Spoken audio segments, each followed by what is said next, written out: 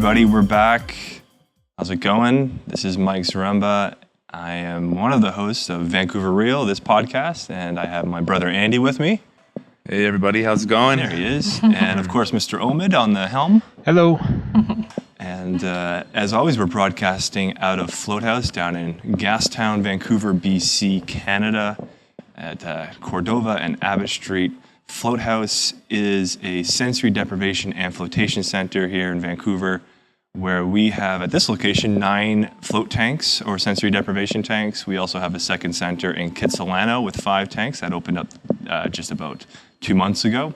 And we have another location in Victoria, so on the island. There's another float house out there. So if you're not sure what floating is, go check out our website, floathouse.ca, for more information about what floating is and why it's good for you. And if you want to try it out, you can use the promo code RECOVERY and you'll save 20% off a single float. So you're welcome to use that.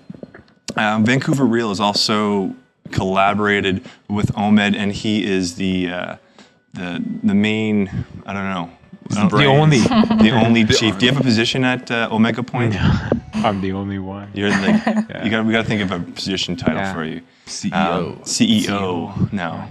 Omega Point YouTube channel is Omid's channel, and he creates these really inspirational, cool videos. Go check out his YouTube channel and his Facebook page, Omega Point, and be inspired by his creations. And today, our guest is Dr. Julia Christensen, who is a naturopathic doctor here in Vancouver, BC. And she was probably, I think, one of the first medical professionals to come and float with us back when we first opened last year. Yeah, you were right, like within the first month or so, I think. So, yeah. You came and checked it out, and you actually, we got in touch, and you became one of our first float ambassadors as well. And and then, we've just been in touch ever since. You've been floating ever since. And when we had this podcast, we immediately knew, we're going to have to you're going to be our first medical practitioner on the podcast too. So welcome to VancouverReal. Thank you so much. I'm really happy to be here. Awesome. Thanks, cool. Guys. So Andy and I were talking, we're just going to start bombarding you with a whole bunch of questions of naturopathic. We already started before the podcast. I know, we started ourselves off. It's good podcast material. Yes. But, yeah. We can go there still. Cool. But why don't you tell people who maybe aren't familiar with naturopathic medicine in a nutshell, like Omid here. Yep. Talk to Omid. What is naturopathic medicine in a nutshell? That's a great question. We're super lucky in BC actually because it's really popular actually. So a lot of people, which is great, are knowing what naturopathic medicine is. But basically in BC, we're considered general practitioners. So kind of like a medical doctor, we do go to school for 8 years, but sort of the modalities that we use to treat patients are a little bit different. So, we can prescribe pharmaceuticals, but we're going to be more apt to sort of use like acupuncture or Western herbs or adjustments of the spine or homeopathy. So you probably heard of some of these things. So it's kind of like a big umbrella of a bunch of different things that we could use because, there's homeopaths and there's acupuncturists and there's chiropractors, but we sort of learn a little bit of everything. So I think it's up to the individual practitioner to sort of, kind of become an expert in sort of what you're really interested in. So if you really love acupuncture, go there. Yeah. What's the difference between a naturopathic doctor and a homeopath? Homeopath. So my understanding, I think homeopaths go to school for 3 years. Okay. So I'm not quite sure. But it's a completely different educational system then? But the thing is, as a naturopath, we are being trained in homeopathy. Okay. But just not to the same extent as someone who specifically goes to school for 3 years and is just learning homeopathy. Okay. I think they're. What is homeopathy? So I'll try my best to explain it. It's a German medicine. That's where it originated in Germany. The Germans. Yes. It works on the premise of like cures like, so much like a vaccine. Right? So, when we give vaccines, it's of the thing we're trying to develop an immune response against. But in homeopathy, what you do is, say if you had a poison ivy rash, you would give poison ivy homeopathic. But the thing is, in the homeopathic remedy itself, there's no actual poison ivy in the remedy. Oh. What you do is you extract, it's called the mother tincture, and you extract a little bit of the poison ivy and you dilute it with water. Mm-hmm. So take 1 drop of the actual remedy, add 99 drops of water, you shake that up, and that's called a potency of 1. you could say 1 CH or something like that. Okay. It's a unit. But you do that a bunch more times. So then take 1 drop of that, add 99 more drops of water. Now you're at 2. But if you imagine, we keep going up until about 30, usually is what we dose, and there's actually no residue left of that, of poison ivy in there. But what's left is apparently the energetic of the plant that's meant to sort of come in and cure. So, and homeopathy is cool because you can actually do a lot of acute symptoms. Like you can take it traveling with you. A lot of people bring a homeopathic first aid kit with them, and kids are amazing at responding to homeopathy. But you can also treat a person if you get to know them really well, and that's where homeopaths, I think, really excel, giving a constitutional remedy, it's called. So sort of all the little idiosyncrasies about somebody you learn, like you sleep with your right foot stuck out of your blanket at night. Like that's a peculiar symptom, and you sort of take note of all those things. And when you take a homeopathic case, and then you find a remedy for that person, and that should technically, if you find the right one, cure any ailment that you have. So Is it cool. scientifically tested too? Like the result of it with placebo, the way that they always test medicine, is it tested? I think it's so hard to in homeopathy because it's such vague symptoms that it could be helping out with. So Right. Yeah. Okay. And that's where they get a lot of, I think, a bad press for homeopathy is that there's not a lot of scientific evidence. I've heard the name before, but I didn't know what it was. So, Yeah. It's not, I'll be honest, it's not something I use a lot in my practice. It's just not something I maybe resonate with as much, but then there's other naturopaths who love it, and that's what they use primarily. So, So a naturopathic doctor will basically have like a whole kind of arsenal of tools that you'll go and prescribe to people based on what you see. Exactly. So what I feel comfortable with, but also like learning more about your patient and understanding what does your patient resonate with, and you try and sort of adapt the treatment to what might work best for them. So, yeah. Is naturopathic medicine based, like, I assume like any type of academia, you get massive textbooks and stuff like that that you got to go through. Yeah. And I mean, I would only assume like those are all based off of science. Yes. Right? Yeah. So like for people that maybe aren't familiar with naturopathic medicine and think it's flaky or something like that. Right. What would you say to that? Well, so basically, I mean, the structure of our schooling, so everybody has an undergraduate degree, which, you could do 3 years or 4 years. So you've got a fairly, strong background. I did kinesiology, which is a very, very science-based degree. So did I, Yeah, I think it's a great sort of stepping stone into medicine in general. So our first 2 years are actually spent pretty much the same as a medical student. So we're learning biochemistry, organic chemistry. Physiology. Exactly. Yeah, and then we do our cadaver labs, all that. Yeah. Nutrition's a big part for us. Sure. Yeah. So I think that's when you asked one difference, like I don't think they do a lot of nutrition in medical school, but maybe it's different now. I don't know. Yeah. No, I'm just paraphrasing, but I've heard they maybe will do one course throughout the first 2 years, like one semester of one course is dedicated to nutrition, and beyond that, that's pretty much all they get, unless they go and specialize or something afterwards. But for you, how much nutrition did you do and study? So we had a course every year throughout the 4 years. Okay. So it's kind of like what we end up doing, like homeopathy would be throughout the 4 years, and Chinese medicine would be throughout the 4 years. So you're kind of like trying to learn as you go, sort of thing. So, but so the kind of the scientific basis of it, a lot of people are saying there's not a lot of evidence, but I think more and more is coming out. Like I have a nutritional medicine textbook written by Dr. Alan Gaby, and it's all evidence-based nutrition medicine. So what kind of success rates do you have when you're actually treating people? Oh, it's a tough one.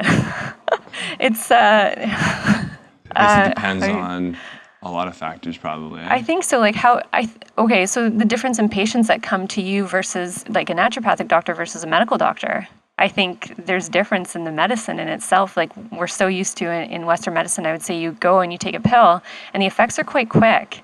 So you don't necessarily come to a naturopathic doctor expecting that your results are going to be that quick. Right. So it's sort of providing the education piece for patients. So you can't really say, like, if you take this, you have a 60% chance of curing your ailment. That's right. Like, I really don't like to say things like that. Like, I don't like to give statistics. Like, I can say anecdotally, I'll be like, oh, I've had patients like this in the past, and this is what I've seen happen, and I think this is a really great remedy. So for sure, I end up getting my favorites, and I tend to go to them because I think they work.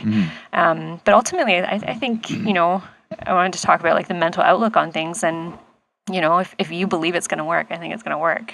So, and if you're motivated to want to change and you have that awareness, I think you're going to go there already. Yeah. You know? Would you say, I mean, and this is probably a broad generalization, but would you say that like GPs and MDs, you know, we hear this a lot, but I mean, I think this is not fair to classify all MDs like this, but that they're kind of treating the symptoms of something versus the root cause. Is that fair enough? Is that a fair distinction between the kind of two disciplines, if you will? Yeah, I think that's what you hear a lot, and I think we were talking about right before the podcast started. It's just unfortunately lack of time that they have with the patient. Like I think when the MD, it's like 5 or 6 minutes, and I don't think, you know, you can only talk about one symptom. And that's not anybody's fault, but it's just sort of the nature of the medical model here. Mm-hmm. So if you want to talk about something else, you got to come back and then maybe put the pieces together. So you're right. Like if anxiety is the presenting symptom and then that's the diagnosis, it's like, here's your anti-anxiety drug, but it can be manifesting for so many other reasons. So, right, for sure. Yeah. And when you start just prescribing something like that, I mean, there's so many, and that's the thing, like, I would assume they would probably prescribe it without really doing any type of necessarily like blood testing or anything like that. So it's pretty, you know, it's, what if you have an adverse reaction to it? And, you know, it's a tricky game. Like I can see how one way or the other, you can't say one's better than the other because that's not true at all. No. But it's, you know, I think you'd like to see kind of like the two disciplines merge nearly and feed each other. What works, what doesn't work on both sides, you know. I think it's kind of going that way. Definitely, yeah. I think where a distinction where they excel is acutely. Like if you need surgery or you have a gunshot wound, you are going to the hospital and you're getting treated, appendicitis. Like, yes, they're amazing. Whereas I think we excel a lot in the chronic illness, like the chronic disease, the diabetes, cardiovascular disease, because we're kind of about education and prevention and treating, you know, if you want to say it, treat the whole person. You know, like it's multifactorial, a lot of these chronic conditions that are happening. Do you have any MDs that come to you? I don't know. I don't. Okay, well, if there's any MDs out there, go and make an appointment. See, you know, let's broaden each other's horizons a little bit. That's interesting. Well, it's cool. I have lots of really awesome conversations with my sister. I was telling you guys, she's a registered nurse, so I love swapping stories with her. She kind of works in a unit off the emergency room, so it's kind of cool to hear her perspective on things. But she also notices she gets patients coming back frequently, and it's like they're not getting better. So, you know, then it's like, well, maybe there's some underlying issues that we need to address so that you don't keep getting these acute presentations and we keep helping you temporarily, but then it comes back. Right. And I think that's another big difference is when you're talking about band-aiding, it's like, how long do we band-aid for? You know? So. What's one of the most common things you come across within Vancouver and the population you deal with? What's one of the more common ones? Most common conditions? Definitely I put anxiety and depression at the top and insomnia. Yeah. Wow. Yeah, I think. Is that for Vancouver or do you think that's like just North American wide? I couldn't say North American wide, but I mean, I think as you've probably talked a lot about with floating, and I mean, we're in this world of like overstimulation. Like it's just so much that we're doing, and I think that's becoming overwhelming on our physical, mental, emotional bodies. And so that to me is like this expression of anxiety and depression and insomnia. This is the body giving you a signal to say, I can't cope, and I'm like. Are all three of those things related? I think they are, yeah. Yeah, for sure. So it's more like, if you know, if we're going to talk about stress, it's sort of like that's a deficiency of our stress hormone, cortisol.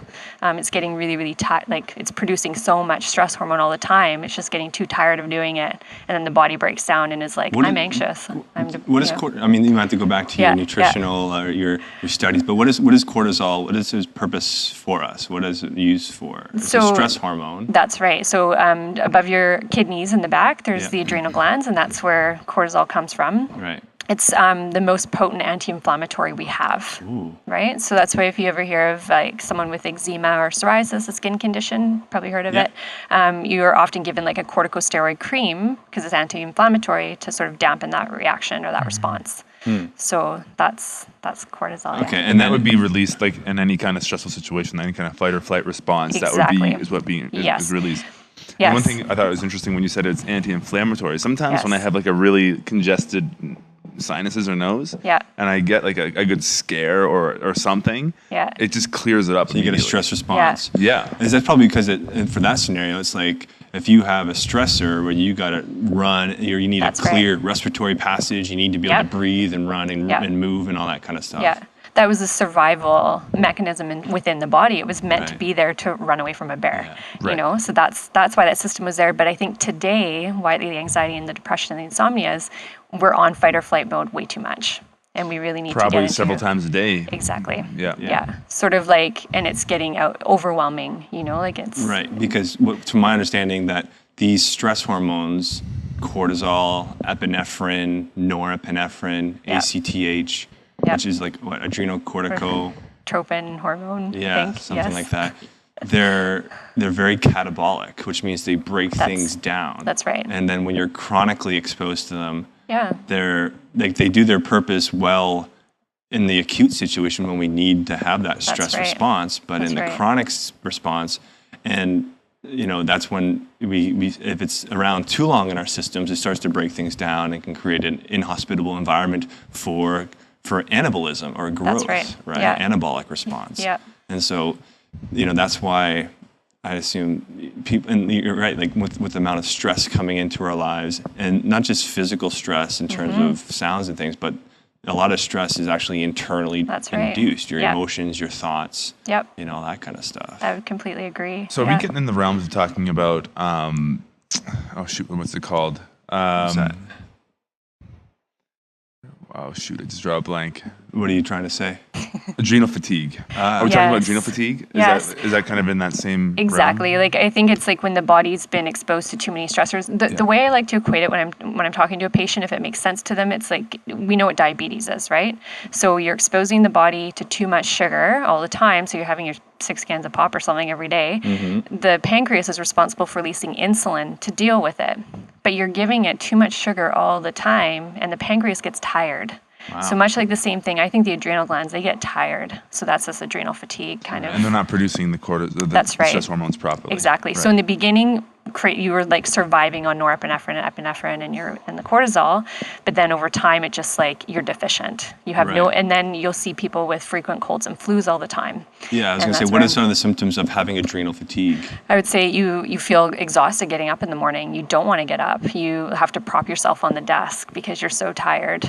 You usually most people would crash. And that's when coffee comes into play. That's and that's what I was going to exactly. say. Yeah. So the coffee is like, because what it does, caffeine stimulates your adrenals to probably release adrenaline or epinephrine. Yep. And so it's like... isn't caffeine a neurotransmitter on its own as well? So doesn't it kind of help with that process? Like cognitive processes, you mean? I think just being a neurotransmitter is it not? I wouldn't know if I would classify it as a neurotransmitter, but it's a chemical that would act to sort of recreate the sympathetic type reaction. Right. That Stimulates the fight or stress response. Yes. Yeah. So more like that adrenaline feeling. Yeah. Right. Yeah. So I just quit coffee about a week ago. Did you? How you doing? I had not bad. The first couple days were rough. The first 2 days were pretty rough. And then what symptoms did you have? I had a headache. Yeah. Pretty irritable. Yes. Just lack of energy, kind of lethargic feeling. Any positive effects? Yeah, I could sleep really well at night.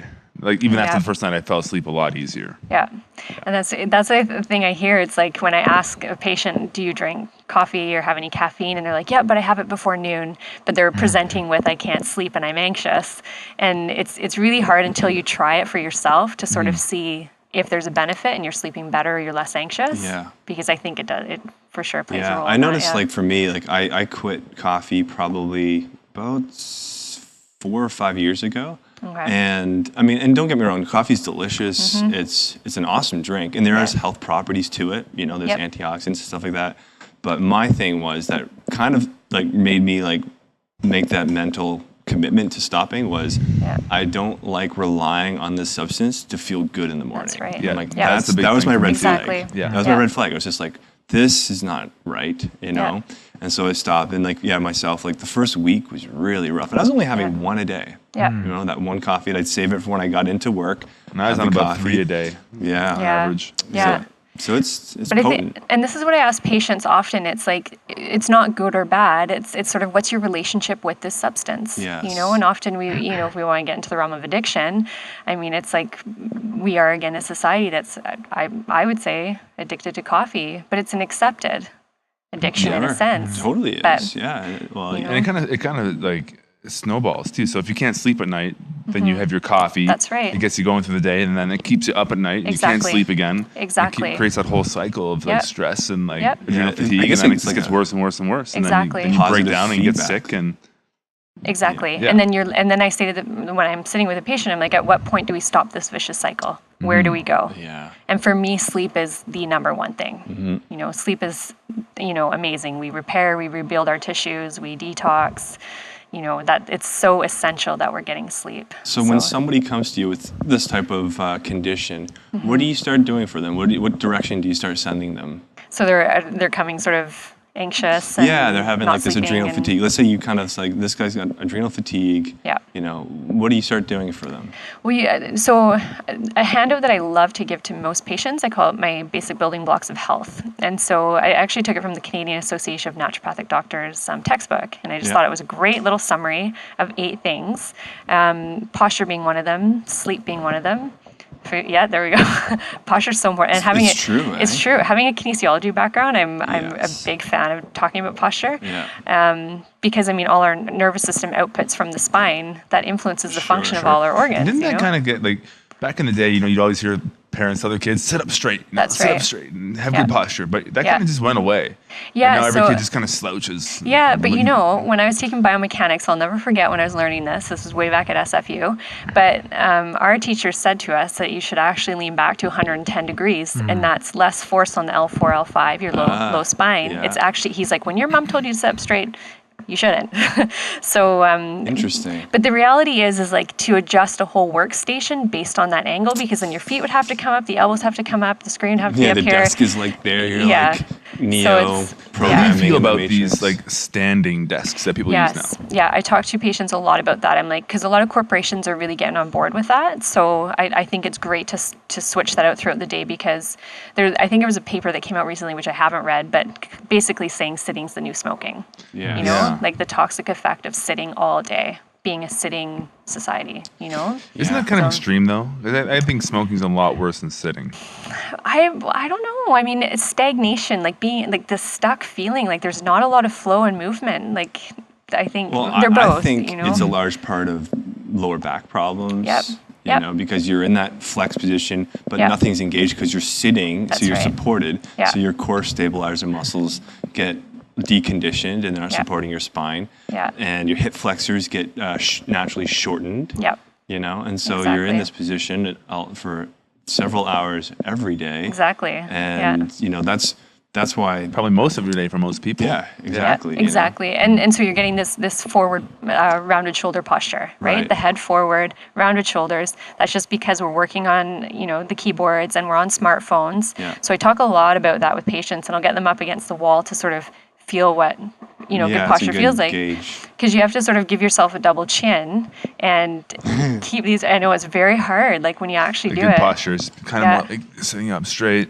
Yeah. Kinda like Kind of that. give yourself a double, and they're like, this feels weird. It feels weird. Yeah. You know? But it feels good though. Too. It does feel does, good. yeah. It feels good on your spine. Yeah, because what I say is like every inch forward your head is, that's an Yeah. extra 10 pounds of weight on these tiny little guys supporting your, you know, your head. Yeah, It's- the vertebrae. you know, there. and that's, you know, upper back and neck pain and stiffness and tension and, you know. So do you think that's some of the kind of added value to like yoga, for example, because it's Yes. teaching you Yes. in the practice how to maintain just good posture Oh, for sure. and Like, strengthen the right muscles to do that. Yeah, I pretty much talk about yoga like with every patient. I'm a massive fan of it for many reasons, just because I think you are creating postural endurance of the small muscles that actually support your spine. Yeah. That we're not getting if you go into the gym. Like I also like the gym, but it's like when you're doing a bicep curl, that's not maintaining your spine. You Well, know? it could be if you're doing it right. That's right. Yeah. You're right. Yeah.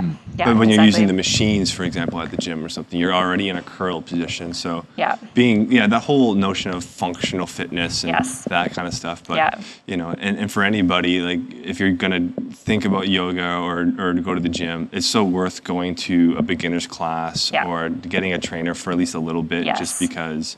But Yes. even with yoga, I find that so many teachers in the city, they just want to dive into the crazy postures, Yes.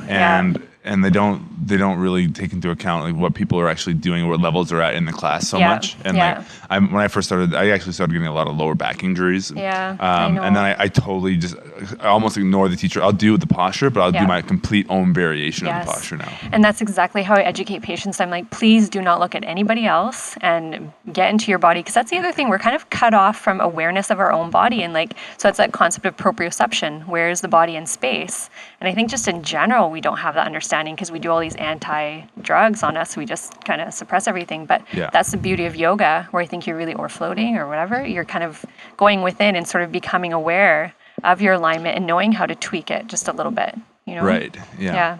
So, and I guess the same kind of things are useful with like the meditation side of yoga and the mental aspects. And exactly. Where floating kind of ties in too. Yeah. So on the 8 basic building blocks of health. So one of the things with breathing. And that's, again, where sometimes I'll get a patient up on the table and I'll actually say, put a hand on your heart, hand on your belly, and that's diaphragmatic breathe. Because a lot of us are apical breathers. Right. And the lungs are big. So we really need to move that diaphragm up and down, and that's so nourishing for your digestive organs. Again, like being in that sitting posture, you're cutting off your digestion. Yeah. So again, it's sort of, getting you in fight or flight again, just by sitting. Yeah. Right. So what is for people that aren't sure, what is diaphragmatic breathing? What do you do? So the diaphragm's that big muscle that goes across here at the bottom of your lungs. So when you inhale, your diaphragm's going to move down and expand, and then as you exhale, it's going to move up and air is going to come out. So if we can actually train and work on breathing that way, you're bringing more air lower down into your body as opposed to just kind of up here. Right. So you're sort of, activating more of your parasympathetic. We talked about sympathetic. Yeah. So we're getting into our rest and digest. Mm-hmm. That's why I say to a lot of patients, I'm like, if you're anxious in fight or flight mode, you're not in rest and digest mode. So you're not sleeping and you don't have an appetite. So I kind of talk about, if you could, the concept of mindful eating or getting into this diaphragmatic breathing before you eat, so that you're starting to engage your digestive system. Right. That's the thing, like eating on the go. That's really common, right? Mm-hmm.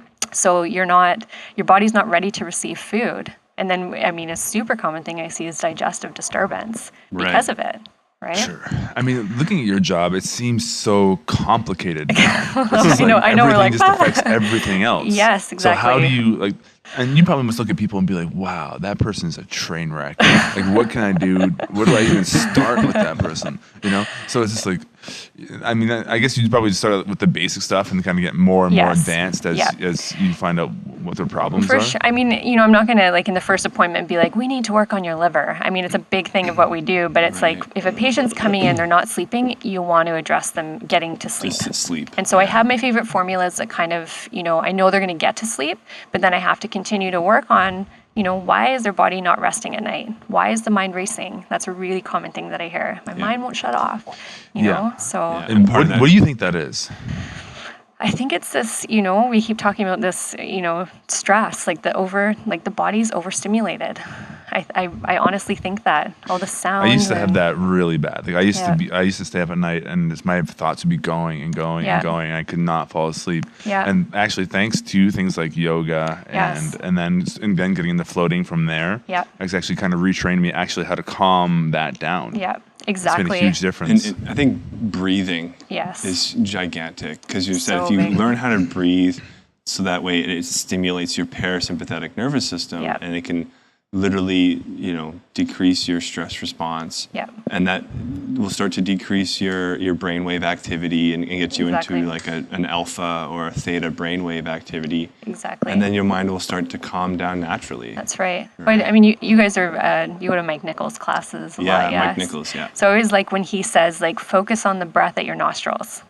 So when you do that, your mind can't think about anything else. Yeah, if you're focusing on breath. Yeah, another great teacher, Chris Richardson, he always, and I really like this, he's like, fill your mind up with so much focus on the sensations that you're feeling. So just feel everything, listen to everything, fill it up, your mind with so much sensation that there's no more room for thoughts. So just bring all your attention to really bring it into the present moment, but fully into your body, fully just whatever you feel and sense, and fill your mind with that. Go deeper and deeper, more subtle sensations, so there's no more room for thought. Yeah, that's a great way of thinking about it. Yeah. Actually, when you mentioned the nose thing, the watching your nostrils, That's very similar to like vipassana meditation, that sort of retreat. Have you heard of that before? That's a silent meditation? Yeah. So it's like a 10-day program you go, and there's no talking, and there's a whole deal you go through. And but it's basically just helping you cultivate more awareness to like the more subtle sensations of your body, and just because like anything else, you practice it like an exercise, it grows quite quickly actually too. That's right, and that's the practice of everything. Right. I think I've actually been looking into vipassana, and I remember reading they said like you're encouraged not even to listen to music, for example. Like it's really, I think it's a really cool concept. Well, what I always equated was like it's kind of like. Well, when the float tank, it's a sensory deprivation environment. So we're taking away everything. I look at the Vipassana experience as like a cultural deprivation. So you're not allowed, there's no music, there's no reading. Like you don't read books, you don't write, you don't talk, you don't make eye contact with people. So you're kind of taking away all the cultural things you do and social things you do because it gets you out of your automatized modality of living. And so it shakes it all up, and that's what lets you become more sensitive to the things we chronically ignore or become numb to. And that's what I took from it. And it was very challenging. It was a challenging thing to do because it's 12 hours of meditation a day broken up into different chunks, but it's just that's all you do. It's hard to stay mentally in that space and keep going to each meditation session back to back to back for 10 days in a row. So it's very intense, but it works for sure. It's like the reset button. So how hard is it for you to actually diagnose people and break them down and figure out like this is what you need to work on? Because there could be so many problems going into one symptom, right? Yes. So typically like a lot of naturopaths will have their first appointment be an hour long. It's really, the intake form itself is quite detailed. So that's enough for me to, usually I can scan and sort of pick out the red flags of what I think would be important to get more detail about, because then I know what direction to sort of steer it. And really like this is about creating a long-term relationship with this patient, because ultimately we're not going to fix you overnight. So, it's sort of in layers, and I think tangible layers, like what resonates with the patient, where do they want to go? Sometimes I can look at it and be like, I want to go here with you, but they want to go this way. So you kind of explore that, and it's a lot of trial and error. So it's like, I'm not going to say this is going to be the be all end all, but let's try this to start, and if it doesn't work, let's try something else. Is that a challenge you face within your profession of getting people to not just be on the kind of traditional train of thought of Western medicine of take a pill, get your symptoms dealt with, versus like sticking it out with you over a course of like, seeing you every month, trying different things, and trying to attack it in that regard? I think already when patients research naturopathic doctors, because they have to pay out of pocket, I think they know why they're coming and they're motivated. So I think that makes a big difference versus, maybe not so much if it's covered. But a lot of people have extended benefits, which is great because they can explore this medicine as well. But I do find them quite motivated because they're paying for this and they're like, I want to get better. Right. Yeah. Usually people that are coming, they're probably like, have maybe exhausted other avenues and like, look, I got to get this treated somehow.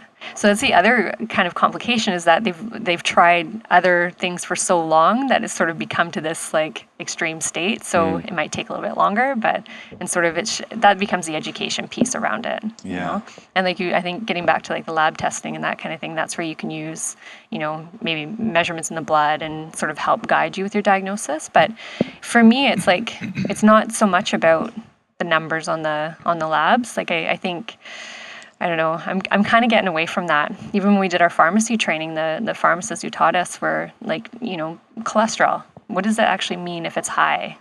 I don't know. It's like, a bunch of guys who sat in a room and decided cholesterol is high at this number, but what does that actually mean?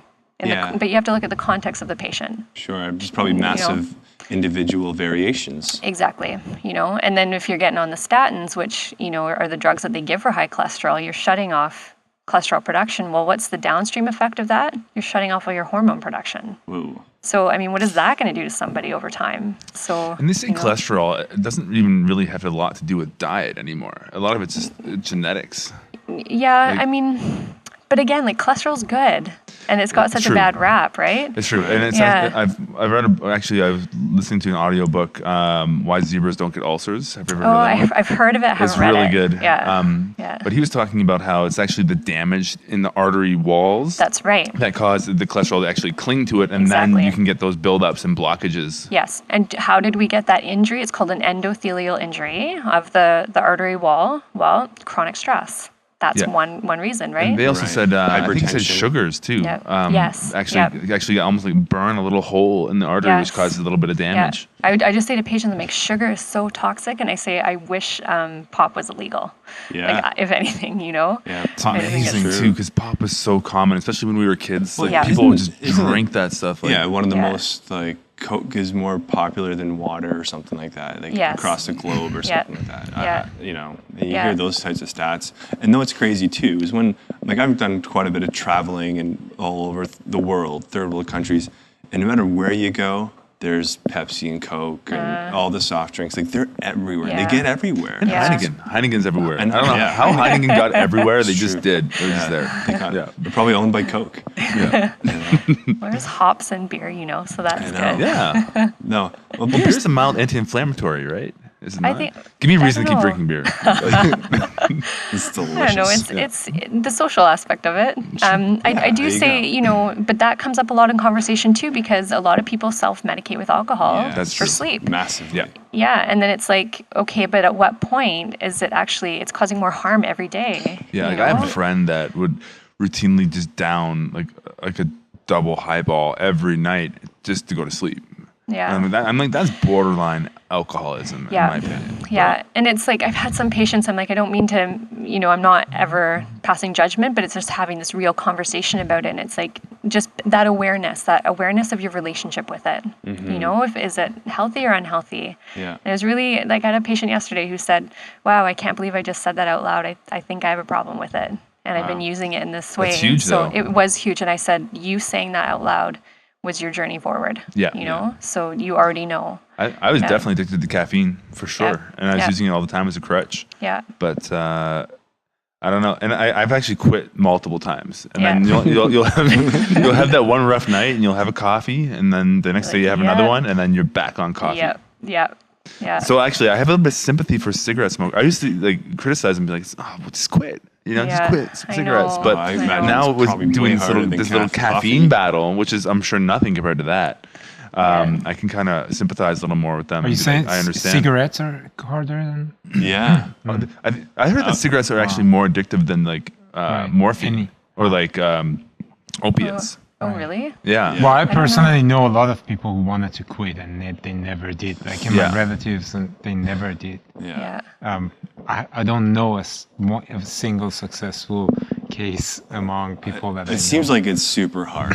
It seems like it's crazy hard. But then you do hear some people like, I just stopped. That's right. And you're just like, wow, you know. That's right. And I think a lot of that has to do with the will, just finding the right motivation. Just that mental, they come to a point where and support maybe somebody close to you support you too. Well, and the whole act of willpower, you know, they say that, and I hate saying they say that because it has no reference and it sounds bullshitty, but that, you know, you kind of have a finite amount of willpower, and once it's gone, you know, you don't really, you have no more willpower, obviously, and then, you know, it's really hard, and different people have different levels of willpower. And like, so for example, someone that's severely overweight, the willpower it takes them just to get up and get on with their day kind of zaps all their willpower. So if you're going to like go to the gym now too, they're zapped. Like their willpower is literally already drained, you know, versus someone that's maybe just a little out of shape, but doesn't have that same issue. Exactly. You know, and I bet you there's probably a whole spectrum of willpower ability within people. I feel like it has a lot to do with stress too. Yes. So like somebody will, their go-to as a crutch when they're dealing with a stressful situation is a cigarette, or maybe a coffee, or maybe food, or who knows what it is, right? But I think stress will probably trigger a lot of these different things. Oh, for sure. It's in that moment. It's like, what do I need to satisfy just right now? And get that serotonin or that dopamine rush. And then it's gone, and then you need it again. You know, and it's... And what is so now internet like watching stupid videos on the internet and stuff like that. That has become a new addiction too. That's true. Yeah. And, addiction to like the likes on your Facebook or something. Yeah. Or, you know, like Well, you get addicted to like gambling addictions. They say when they win, they get like a little hit in their brain that's almost the same as like doing cocaine. Yeah. Right. Yeah. Right. Yeah. Exactly. So it is a super addictive activity. And you want to keep getting that feeling because you could be missing something. You know, something's not, there's some void. It's amazing our physiology is designed in this way that it kind of, it's so vulnerable to these types of things. You know what I mean? Yeah. And the fact It's that amazing they're we all survived available. this long, actually. It's like, how did we make it here? I know. It's bizarre. Now we're going backwards and trying to heal ourselves and, get into yoga and floating and healthy diet and exercise. So. I feel like the whole thing about that is it's so systemic. The whole system, the way everything is set up, it's just set up in this crazy way. And we're on this train going and on these tracks going one direction. It's so hard to get it moving off those tracks. Like just the way we eat and the way the society's structured and everything like that. And it's all kind of contributing to, just unhealthy lifestyles. That's right. It's society of convenience, and and I want it now because I can.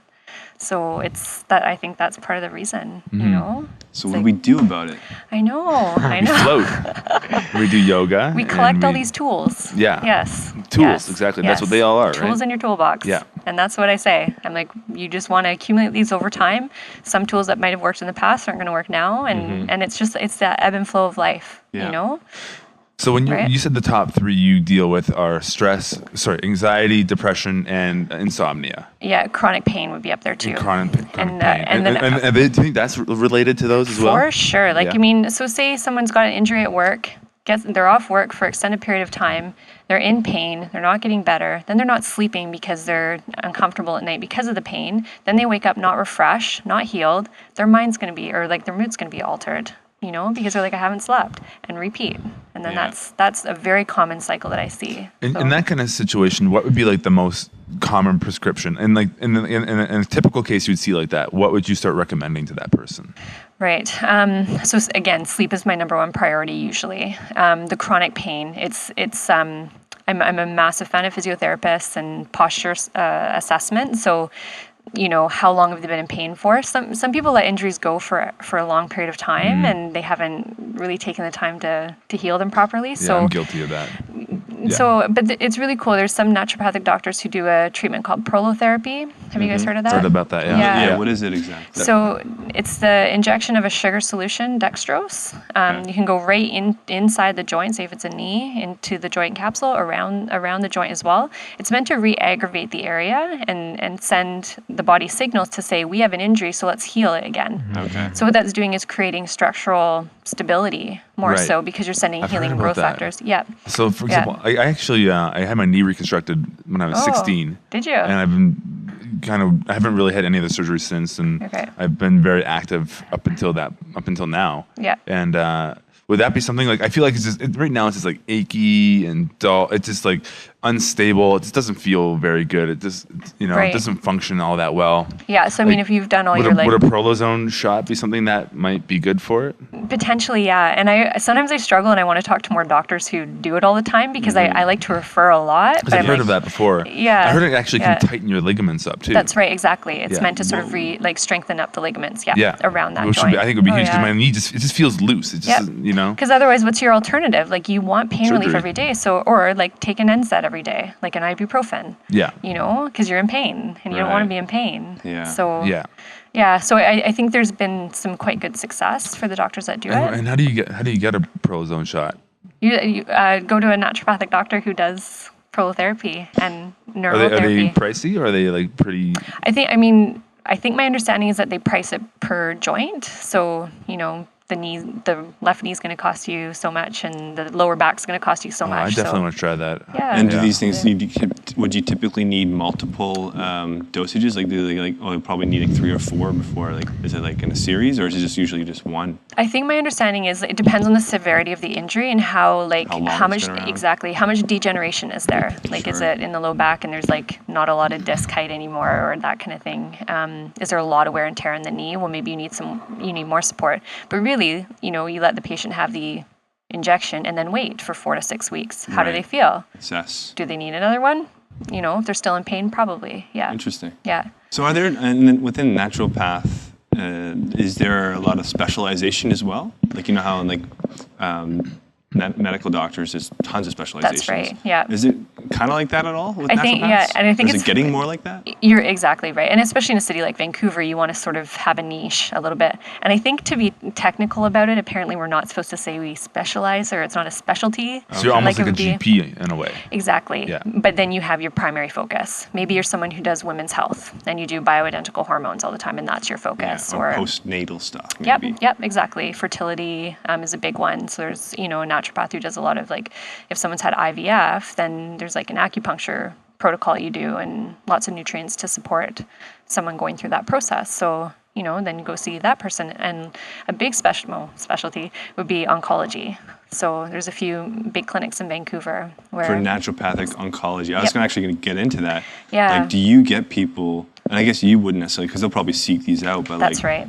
Yeah. When someone has cancer and they're going to go to a naturopath, will they usually go there as a first resort or as a last resort, or does it kind of depend on the person and what they're going through? I would say it depends on the person and sort of like how many conversations have they had. Like they most likely were diagnosed by a GP or their MD or oncologist. So now they're probably looking at their options. I feel like that's like a pretty touchy subject. Yeah. I feel like one of my pet peeves is when you hear about somebody promoting some kind of superfood and they're like, this will cure cancer or fight cancer with this. I feel like that's really like sleazy, actually. I feel like you're preying on somebody who's like in a really vulnerable position and you're saying, take our product and you're going to cure yourself. And I feel like that's really irresponsible. For so sure. do you ever, like, I mean, there's really a lot of wiggle room for mistake in that, like I don't like to use that word at all for anything. I'm pretty sure I can help you, but but not, and I don't do anything to do with cancer at all. It's just I'm like, go see someone who this is what they do, this is what they love, what they research. Because I think like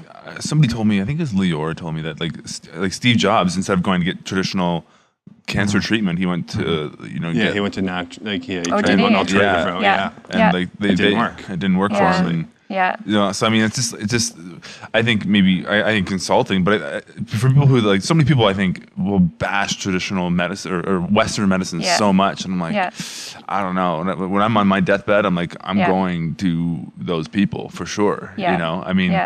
I think it's informed consent, right? So the patient's informed of the statistics of what could happen, the probability of, but... Well, and I think with something like that, a lot more research could be done because you do hear about these naturopathic cures of cancer or remissions of cancer. And you think ideally all the oncologists, whether it's from the naturopathic side, which is probably a lot less versus the Western medicine, traditional medicine side, would be working together in one big place. Exactly. And on the same note too, I think that there's definitely big holes in the Canadian healthcare system. I've seen it firsthand, dealing with things with my daughter and that, and and it was just like it wasn't holistic at all. It was like looking at parts of a car, know. And I think there's definitely lots of room for improvement on their side as well, too. Right? For sure. I mean, that integrative approach. There is actually at Women's Hospital, there is a chronic pain clinic that's integrative. Actually, and I think that's one of the first times that they've had a naturopathic doctor in the hospital. Wow, that's really cool. That's good. It is super cool. I think the waiting list apparently is really long, but I'm actually really excited about that. So why wouldn't they get more then? I mean, I know maybe it's a bit of a pilot, and something you'll see if it works. And do you think that like GPs or in traditional Western medicine will just kind of just be like, oh, naturopathic doctor, and those kind of like sweep them away? Or are they getting more credibility these days? Or I think so. I think there's lots of great relationships between medical doctors and naturopathic doctors. There's actually a clinic up at McDonald and 16th called Connect Healthcare, and have you heard of those guys? I've heard of it. Yeah. So one of the founders, he, if I remember this correctly, when I heard him tell the story, he was an emergency room physician for years at St. Paul's, and it was that same thing of what I mentioned about my sister earlier. It was like the repeat patients coming back and never getting better. Right. And he was like, why are they not getting better? Our treatments aren't helping them to get better. So that's where he ended up going and doing an integrative residency. And they opened this clinic, and it's more of essentially when they spoke, it was like you're basically like naturopathic doctors with a medical degree. Right. Yeah. Yeah, I think there's definitely room for that. I mean, there's definitely room for a holistic approach in medicine from what I've seen. Yeah, for sure. I think it's, Well, I think public interest is going that way, for sure. But like you said too, when your health is compromised, like you'll do whatever it takes, really, both sides. Yeah. You know what I mean? And I do see a future where they do start to merge more, you know what I mean, and become more integrated, because if something does just work better from a naturopathic side than what traditional medicine has, then that's, why wouldn't traditional medicine recognize that, and vice versa as well? Exactly. You've got to just take egos out of it completely. For sure. And let's do what's working. Oh yeah. Period. I mean, the medical profession's brilliant. I mean, they've done a lot of research and set a lot of guidelines for us. So it's they're very I mean, the invention of the antibiotic. I mean, it's there you go. How do you feel about how important it is to eat organic foods? Well, it's a good question. So it does make a difference. The main complaint being it costs more money, but they have to go through quite a rigorous process to become certified organic. So I think there's definitely benefits because you're getting rid of all the chemicals. So right? the main thing is just less pesticides. Exactly. That's my understanding. Yeah, and probably more mineral-rich soil. Yeah, and I was going to say, like, I feel like organic produce, it seems like it has more vitamin content almost. You know what I mean? I did research like that, have though. Like there was an organic tomato versus a non-organic tomato. Yes. The organic tomato is like, it feels richer in flavor. Yes. And I would imagine that's richer in nutrients and vitamins. I did research that online. I couldn't find evidence, but then you gotta think who has done the research. So yes, exactly. It could be. Yes. Who do you trust? So like on touchy subjects like this, I don't know. Yeah. But do they taste better? They surely do. Yes. To me, I mean, most of fruits taste And I think better. Banana that can kind definitely, of come or back apple. to the intelligence of our bodies, maybe. Exactly. If you're really aware of that, like, this one tomato tastes better than this tomato. Mm-hmm. Yeah. I'll eat this one. Yeah. And because it's more flavorful and That's just right. has a better color. Being in tune. But then it's like if you're someone who drinks coffee all the time and smokes cigarettes and drinks pop, you probably don't have that taste sensation or that ability to really appreciate that difference. Yeah. Right? Yeah. So I think. Cool. I had a random list of like, not myths I want to debunk, but just things that, you hear these things all the time. Yeah. And so we can kind of like go through these a little bit and see what you say. Aluminum in deodorant. Oh. So, or antiperspirants, I should say. That's a good one. Antiperspirants. Yeah. I used the salt deodorant because of that. Yeah, rub exactly. on salt stuff. Yeah. I mean, I don't think putting any additional chemical onto your skin is a good thing. No. And I'll say to this too, like, we're kind of just putting you on the spot. So if you don't know any of these things, these are just random one-offs. Yeah. So, but the aluminum in deodorant, because obviously the salt deodorants that I use as well, they're not as good. That's right. Stink more. Yes. But you just got to bathe a bit more, But what is that about, right? Like, is the body detoxing? Is it, I don't know, is the liver a little congested? Or, right. Did you have enough water that day? Or, true. Like there could be a whole host of reasons of why I stink? Yes. Oh, well, I always thought it was like the You don't smell that bad. I know, the bacteria of like your armpits, just doing their thing, obviously. Creating waste. Yeah, your natural flora. I mean, we're 90% microbes. Right. So, it's like finding that balance of good and bad bacteria. Sure. So, what are the ones you got there? I'm curious. Fluoride and the calcification of the pineal. That's a good one. Have you heard of this? I have heard of that. I mean, and this seems one of those ones that's like a conspiracy theory type. Yeah, it's like, it seems so conspiratorial. Yeah. What are your personal, like, views on fluoride? I would say I haven't researched it at all. Okay. I typically use a fluoride-free toothpaste. Fluoride-free toothpaste? Yes, okay. yes, I typically do. I'm a big fan, actually, if we're going to talk about toothpaste, Neem. Have you heard of that herb before? It's from India. It's Neem. It's like one of their all-pharmacy type herbs, so it's antimicrobial. Like Ayurvedic stuff? Yeah, exactly. So antimicrobial, antifungal. It's like they actually use the bark, I believe, to brush their teeth, essentially. So you'll see that now if you look on the health food stores, you'll see a Neem toothpaste. But how do you spell Neem? Neem. Okay. Yeah. Cool. So it comes in an oil and But okay, flora. I calcification of the pineal gland. Yeah, I mean, I've That's one of those ones you hear out there. You see it on like The Mind Unleashed or something on Facebook, and it's like, decalcify your pineal gland. Well, my question is, why is only the pineal gland being calcified by fluoride? Wouldn't there be other things being calcified potentially? For sure. You have valves being calcified, tendons, like lots of things are being, and that's, for sure. What do you think if the pineal gland was uncalcified? What would that mean? Would we all become better sleepers? Is that what it would be? Better dreamers? What does the pineal gland do? I think that it has melatonin. That's where it comes from. So, Okay. So I think if that's a disruption of that cycle, because if it's calcified, it's not able to function as well. I think also because it's so tiny. So maybe it's more vulnerable. Exactly. It's like in the blood vessels in the back of your eye are much more vulnerable to the toxicity of sugar. So that's like people going blind via diabetes? Yes. So blurry vision or that kind of thing. And that's just because, again, a smaller surface area. Yeah. Okay. Yeah. Going back to foods. Yep. Just your general kind of thought on GMOs. That's a good one. That's a good one. Because if you're genetically modifying a tomato so that, I guess it depends what you're doing. I could see how some GMOs are probably inconsequential to our health, and then maybe others are not, And I don't know much about them, to be honest with you. Yeah.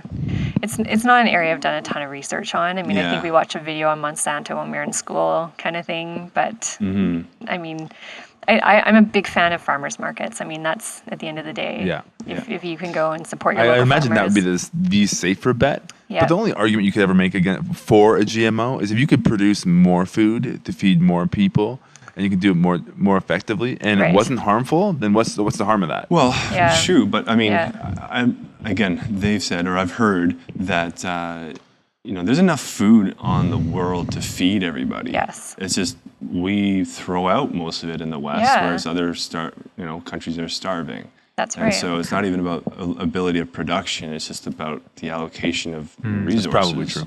But plus, another argument against GMOs is its effects on insects and the environment. And the environment. So that's a lot of concern. Sure. Yeah. But, interesting. Yeah. I was just thinking in terms of like the food supply, because I have heard some people say, well, organic's not sustainable, but our serving sizes are so much bigger of empty, like nutrient. Empty calories. Exactly. Yeah. So that's why they're so big, but it's like we do have enough food. You're right. It's like, and from a longevity standpoint, you should eat less food anyways. Less, energy. I've heard about that. So if you have less energy, less basic chemical reactions happening in your body, less free radicals being produced. Yeah. So in theory, you should live longer. Yeah. Right. Exactly. And then on that line of thinking too, you shouldn't do a ton of exercise. You do moderate exercise. That's right. Yeah. In terms of longevity. Yeah. Now, the whole gluten craze. Yeah, that's a good one gluten too. allergies. I feel like the marketing companies have jumped on this one as the new fat-free. Oh, for sure. The new sugar-free or trans fats. Yes. You know what I mean? I feel like they're overhyping something a little bit. I'm not saying it's not legit, and some people maybe do have gluten allergies that are debilitating in certain ways. Yeah. But now it seems like everybody has a gluten allergy. It's what I end up saying to patients. I'm like, I don't think bread's a bad thing, but the bread that we have today is not what our grandparents ate. No. It's like so heavily processed, and that's the toxicity of it. It's not necessarily gluten. It's the processing of our food. Right. I think that's where we're getting a lot of autoimmune conditions, and we could attribute that to gluten. But I think it's just food is becoming toxic and the body's perceiving it as foreign and starting to attack it. So I think that's the issue, partially. And it's cool that we're seeing more and more resources of things that are preservative-free and nitrate-free and stuff like that. Like, there's more bread options. Like all these farmers markets and stuff. Like they'll make real bread. It only lasts maybe 3 or 4 days. That's right. But at least you're just getting the pure thing. Exactly. Right? And so when anything's on a shelf for longer than a week probably, then it's going to have some sort of preservative. Unless there's a natural preservative property, like honey has a natural preservative property. Anything that's fermented has natural preservation. So yeah, exactly. Yeah. So the gluten thing, though, like, yeah, do you think it's, I don't know. Is it one of those victims of over-marketing? Exactly, because now all of a sudden everything's gluten-free, and it is a craze, but it doesn't mean it's healthy for you, because look at the sugar content. Sure. Something can be gluten-free, but then it's chock full of sugar. And but people think it's a health food because it's gluten-free. And it's kind of like how fat got a bad rap for a long time, and they basically replaced fat with sugar. That's right, exactly. Yeah. And then now it's re-education about good fats and bad fats, if you want to keep it quite vague, you know? Yeah. It's funny because all these nutritional fads and phases we go through, they're all again so separated and disconnected, where everything kind of should be looked at as a holistic approach. But the whole the way our minds work right now, we're all about taking things apart and breaking them down, and instead of looking at it as a whole. We're so conditioned to do that through largely through like the scientific process. That's nothing against science, but that's just how it works. That's the easiest way to study something. You're right. Is like pull out a constituent, study that constituent. But you're right. It's like the synergistic effect of everything in that whole is what you're getting benefit from. So it seems like they use that method a lot, that it's now like reductionism is now reduction. I was looking at that. Thank you. So now the whole worldview of them too, like when you suggest, for instance, I'm into the philosophy of the East that talks about everything as being one, the whole universe as being one, and therefore being conscious of itself through us and probably a lot of other species out there. Yeah. When you say that to the scientific mind, they just don't think like that. They think of you something separate. So humans are separate, and geology is separate, and also evolution. So they think biological evolution is a whole completely different thing than the evolution of the universe. But as opposed to that, I think the whole universe is evolving, and biological evolution is the byproduct of a planet getting to that situation that it can produce life. So reductionism, we are talking about the health problems that it's causing, but I'm seeing it a lot in general worldview of people too. So. That's holistic right there. Yes, exactly. That's very holistic. Yeah, but no, I think it's a good point though. It's very interesting for sure.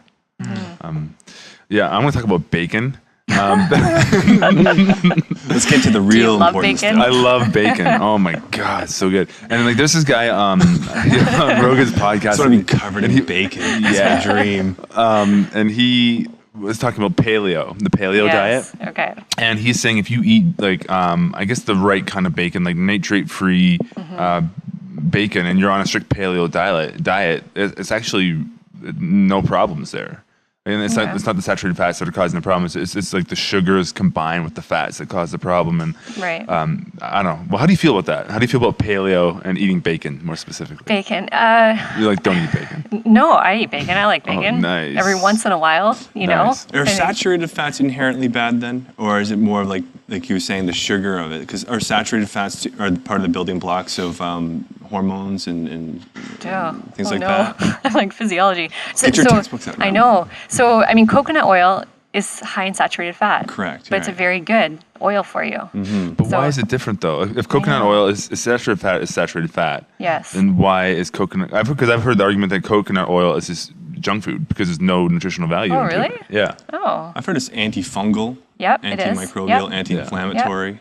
Yep. I mean, they say if it falls into the category of... I've heard an argument saying that it falls into the category of junk food because it's very calorically rich and nutrient deficient. Like, not a lot of nutrients in it.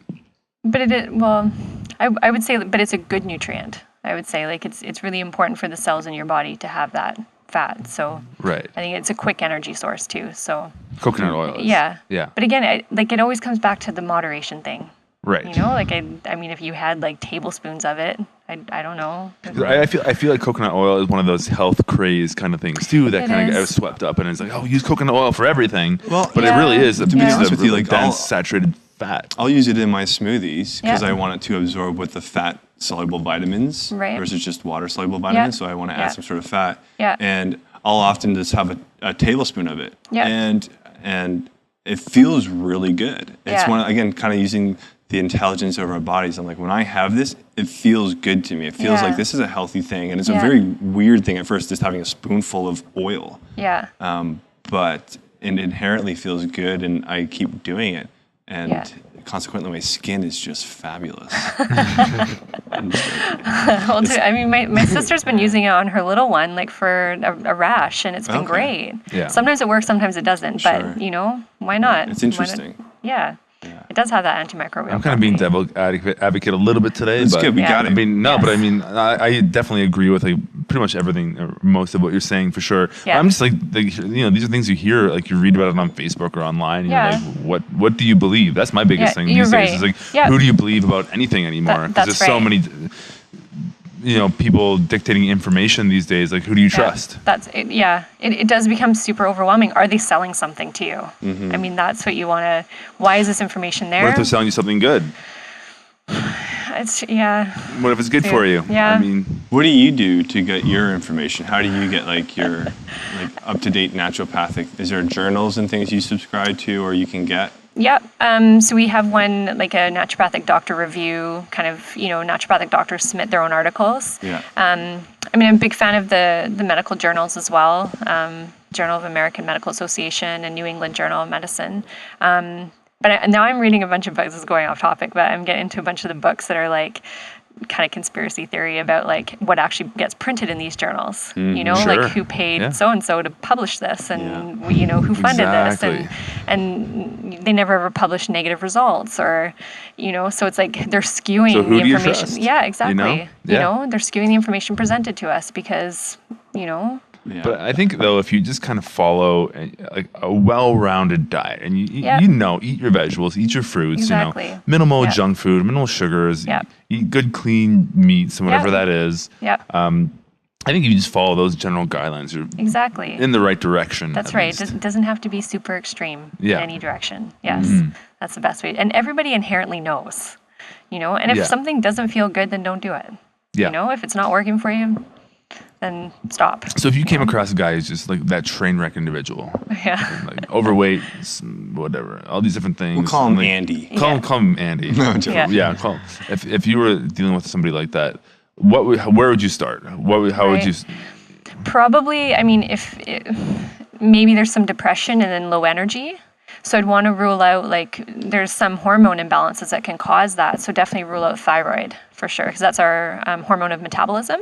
So if that's really sluggish, and I could, you know, supplement him with some thyroid hormone temporarily to sort of get some more energy, he'd probably feel better about going and exercising. Because obviously we need to start getting some walking happening if he wasn't exercising. So you look at it further and just be like, don't change it. You wouldn't say change your diet. You'd say change whatever's causing you to eat badly. For sure. I mean, because we want to get there, but it's like if they're so low and so depressed, they have no motivation to eat well. It's like you can tell them all these things. It depends on where they're at, but it's like for sure I think it's 80% diet. I think you got to get there, but it's like if they're depressed, you crave sugars, you crave these things to get that serotonin and dopamine rush. So, you know, you could start, like I could go, you know, kind of the amino acid route and sort of support serotonin and dopamine and help them that way. I'd also want to help their adrenal glands because they're probably very taxed, and that will get them feeling better and sleeping better, probably. And then we get the diet going and exercise sort of slowly and like incrementally getting better. Right. So but I suppose the lifestyle of people would be really hard to deal with because most people go to work and come back. So that's 8 hours plus probably like 1 hour or 2 hour of transit. Yeah. And then they get home and maybe they have a family. They want to talk to them maybe an hour and two. How much more is left to? That's right. You know, that's pretty tough for most people. Yeah. Especially people who have daily regular jobs, 9 to 5, and possibly if they don't like their job, that will make your work much harder. Right? Oh, for sure. Like I often explain to patients, I'm like, that's the obstacle to cure. You know, or one obstacle to cure is like, no, the job's not changing, but it's a big hindrance because it's affecting stress in your body and your outlook. And you know, if you're feeling that down effect every single day, you're probably not going to sleep well. And you know, it's just this that vicious cycle again. So, but I think over time, I often end up hearing is like, I quit my job, I changed my job when they're ready to do that. if they felt like that was really what was holding them back, trying all these remedies or supplements or eating well, but they're like, well, I'm still not feeling where I want to feel, So I think that happens for a lot of people. I see a lot of people putting the goal of, okay, what am I, so they're like 18 or 19, they think, okay, what am I going to do when I'm retired?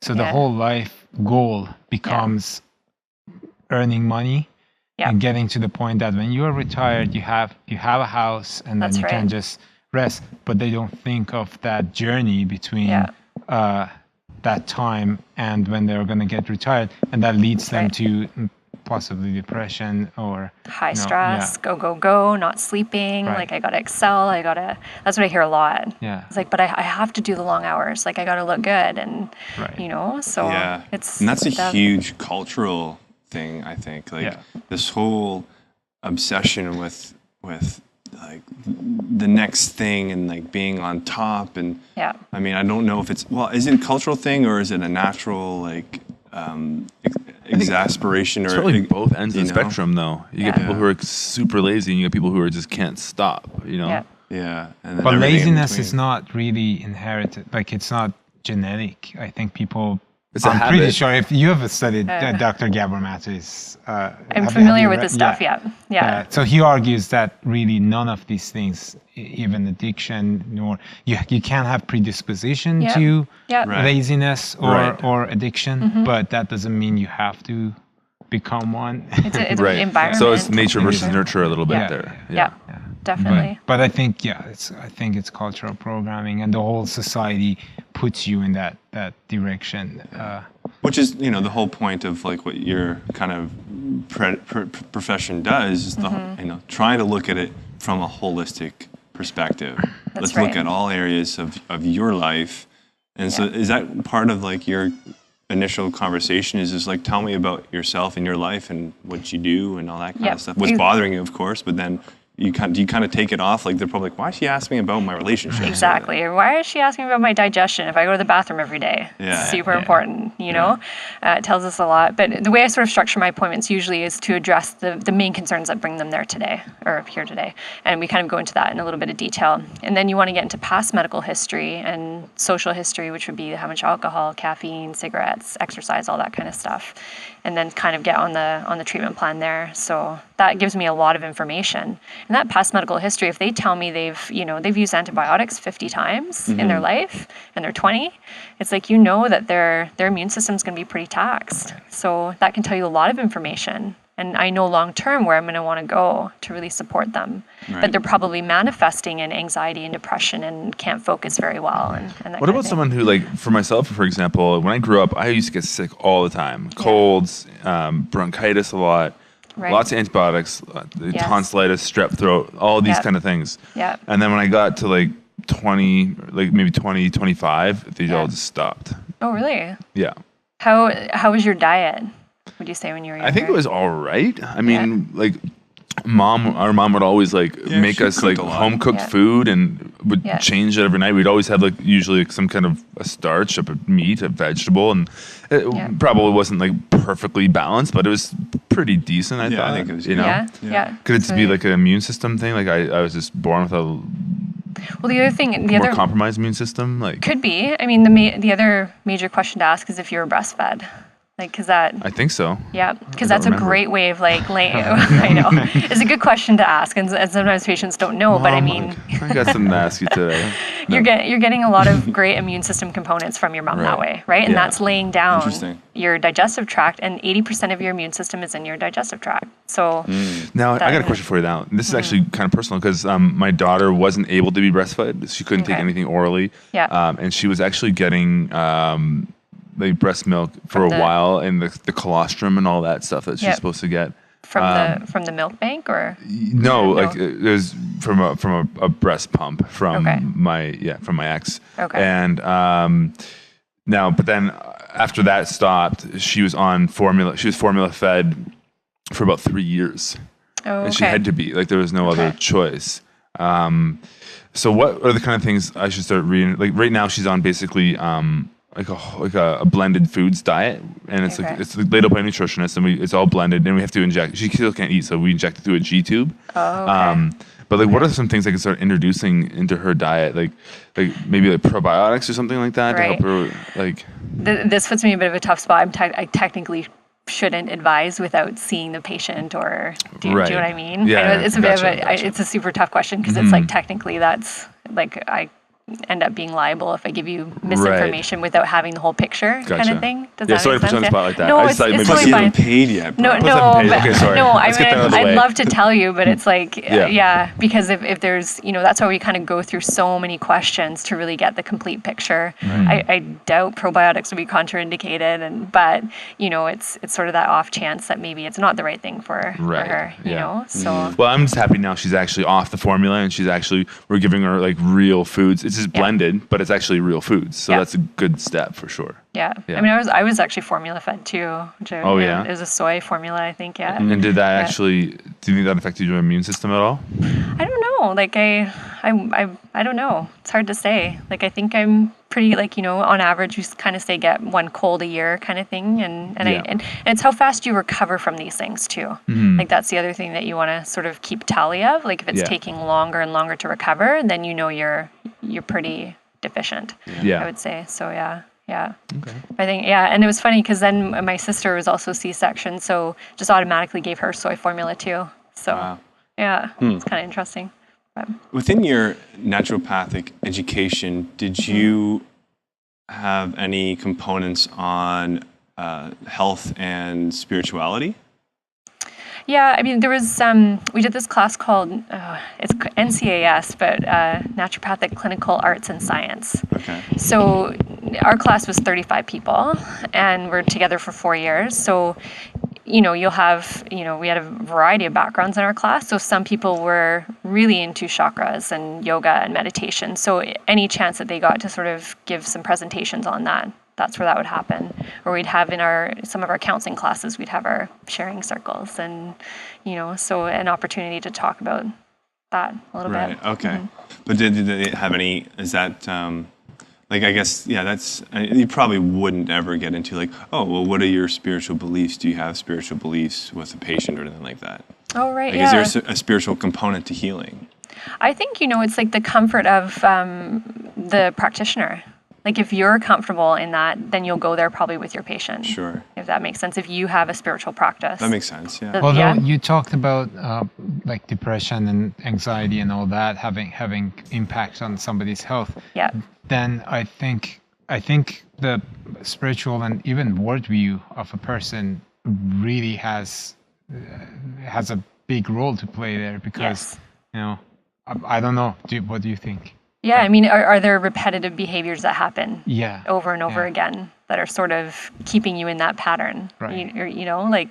And that's holding you back and sort of starting to stop and be aware of what might be, within something that you want to change or for addicts, I see that some of them are pessimistic, so they have no hope, for instance, or they have a very, very distorted worldview that everything is ugly and all that. So I think it would play probably Well, I mean, I think that goes largely to people's personal beliefs and things like that, and the whole. We kind of talked about it a little bit before the podcast, the placebo effect, and how that's a very real thing, and even within Western medicine, for example. There was one study where they were doing a knee scope. So it's a pretty minor, invasive surgery of the knee, but something very mechanical and physical. So this guy's suffering with his knee injury, and he's going to go have it scoped and cleaned up or whatever they do, right? When they scope it. And the doctor was like, okay, he didn't tell the patient this, but they went and did it. And I mean, this was all legitimately done too. It wasn't like this sketchy thing. Yeah. And he just, instead of actually doing the work inside, he just poked holes in his knee. And then the guy thought he had surgery. And after that, and so he's suffering with his knee before, and afterwards it was fine. That's amazing. So we have this power of belief to heal ourselves too, which is, I mean, so... is it all just our minds thinking, oh, I'm getting treated now. Yep. So it reconstructs the very matter that is the ailment or the biochemical imbalance, and recorrects it just through the power of our minds. Totally. You know, yep. That's a whole other thing. Does it kind of take away? It doesn't take away from anything, but it's just like, how do you, like, we know this is a possibility. It's like, makes everything more confusing. It makes it really tough to say this for sure or that for sure. It's true. I mean, because our belief system in how we look at medicine is you need to take something to have this effect. We have to take some exogenous substance, it goes in us, and then we get better. Yeah. Mm-hmm. But this is like, you're trying to think in a different way, and sometimes it takes a little longer to sort of latch onto that. Right. I think a good example of that is religious people when they go to, like, there's a holy river, like close to a church, and they go in, and there are dozens of people, like hundreds of people. Yep. They go in, and some of them, but definitely not all of them, but some of them have the positive effect. Mm-hmm. And that's where it's come from. Yeah, the power of the mind to heal. They totally believe that they believe it fully out. That's where it usually comes into play. That's right. So, I think if some people are in holding patterns, it's like it's where they're safe in what they know. So sometimes they don't know what the other side would look like or how they could feel better. So I think that's switching that perspective and reframing and sort of having that belief. I think is huge. Yeah. That's the last two things on the basic building blocks is the mental outlook and expression of emotions. So I think it's Yeah, so that starts getting into the more intricacies of personality and who you are, and knowing yourself and expressing yourself, right? Because we do so many things behaviorally that we're not even aware of or conscious of. Like, we do them, but we're not connecting the dots almost, you know? Yeah, so, exactly. Interesting. Yeah. Well, I don't know. I have a lot more questions to go through. We can keep going. I think I'm going to have you back. I got bacon covered. I got coconut oil covered. I'm good. There you go. So we didn't even get to medical marijuana at all. I know. I was saying. I know. It's a good topic. I was going to get into the spirit plant medicines because you actually do a lot of work with medical marijuana. So maybe we'll save that for the next time. Yeah, that'd be awesome, actually. Cool. All right. So Dr. Julia Christensen, you're on the Facebook, right? Yep. Yeah. So Dr. Julia Christensen, you have a Facebook page. Okay. And, great. So people can come and like that and see your posts and what's going on with you and your practice. Yep. And for sure. Other than that, thank you so much for coming on. And I understand you're going to take some time off soon to explore yourself a little bit. So maybe we'll come back after that and we can talk a bit more about your spirit plant medicine journeys and things like that. So that'd be great. That'd be really, really cool. Yeah. Great. Thank you. Obviously, thank you so much for coming on. Omed, thank you. Yeah. And with that, let's wrap it up. All right. To whatever is. To whatever is. All right. Cheers.